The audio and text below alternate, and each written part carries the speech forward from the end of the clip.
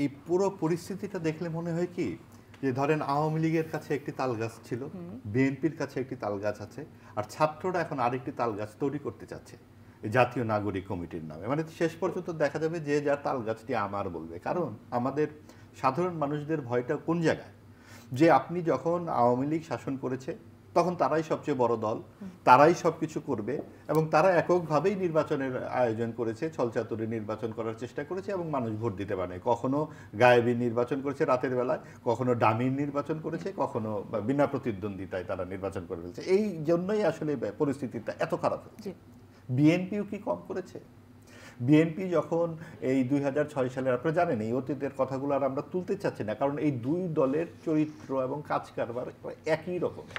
তারা যে যখন ক্ষমতায় ছিল সে তখন ঠিক এইভাবেই পুরোটা নিজেদের মধ্যে করে বন্দোবস্ত করেছে।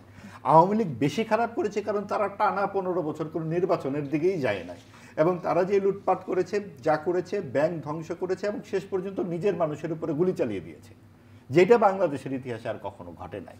প্রায় 1500+ মানুষের যে মৃত্যু, মানে তার উপরে এইভাবে যে নির্যাতন তারা করেছে, সেই জন্যই তারা আজকে আসামির কাঠগড়ায় দাঁড়িয়েছে। কিন্তু তার মানে না যে শুধুমাত্র একটি নির্বাচন এই ফয়সালা হতে পারে। তার আগে জানা দরকার যে আওয়ামী লীগ যেইভাবে একনায়কতান্ত্রিক শাসন ব্যবস্থা কায়েম করেছিল, বিএনপির মধ্যে যে একনায়কতান্ত্রিকতা ছিল, আগামীতে যেই সরকারটি আসবে তারাও কি সেই রকম একদম সর্বোচ্চ ক্ষমতা নিয়ে আবার সেই রকম আমাদেরকে বাক স্বাধীনতা নাই, মানবাধিকার নাই, আমরা কথা বলতে পারবো না, আমরা লিখতে পারবো না, সেই দিকে আমরা যাব? কারণ আমরা কিন্তু দেখেছি বিএনপির 2001 থেকে 6 সালের সেই সমস্ত শাসনের কথা আমাদের মনে আছে।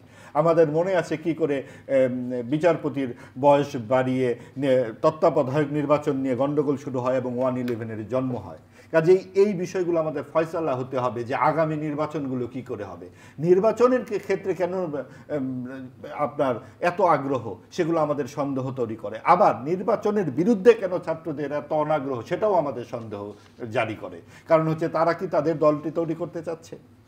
আর বিএনপি কি অতি দ্রুত গতিতে নির্বাচনের মাধ্যমে খুব দ্রুত ক্ষমতায় আসতে চাচ্ছে? এই সব কিছুই আমরা ঘর পড়া গরুর মতো আমাদের ভয় পাওয়া যায়। রাজনৈতিক দলগুলো তো নির্বাচন চাইবে, তারা তো নির্বাচন চাইবে, দায়িত্বে যেতে চাইবে কিংবা ক্ষমতায় চাইবে, কিন্তু তার আগে তাদেরকে বলতে হবে যে তাদের কি কথা বলার মতো অবস্থায় তারা আছে কিনা।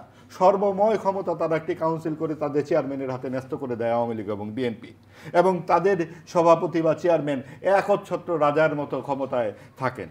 সেই দলের ভেতরেও তো কথা বলার জায়গা থাকে না। আপনি দেখেন এক একজন সভাপতি হয়ে থাকে 40 বছর, 35 বছর। এই জিনিসগুলো কি এইভাবেই চলবে? এবং তার ছেলে আসে, তার মেয়ে আসে, তার ছেলে আসে, তার মেয়ে আসে, এই রাজতন্ত্রই কি চলবে? বিএনপিকে জিজ্ঞেস করলে তো বলবে আমাদের 31 দফা আছে, আমরা সেটি এসে 31 দফা সফল করব। 31 দফা যখন তারা ক্ষমতায় থাকে না, ক্ষমতায় থাকলে কি এই 31 দফা থাকে?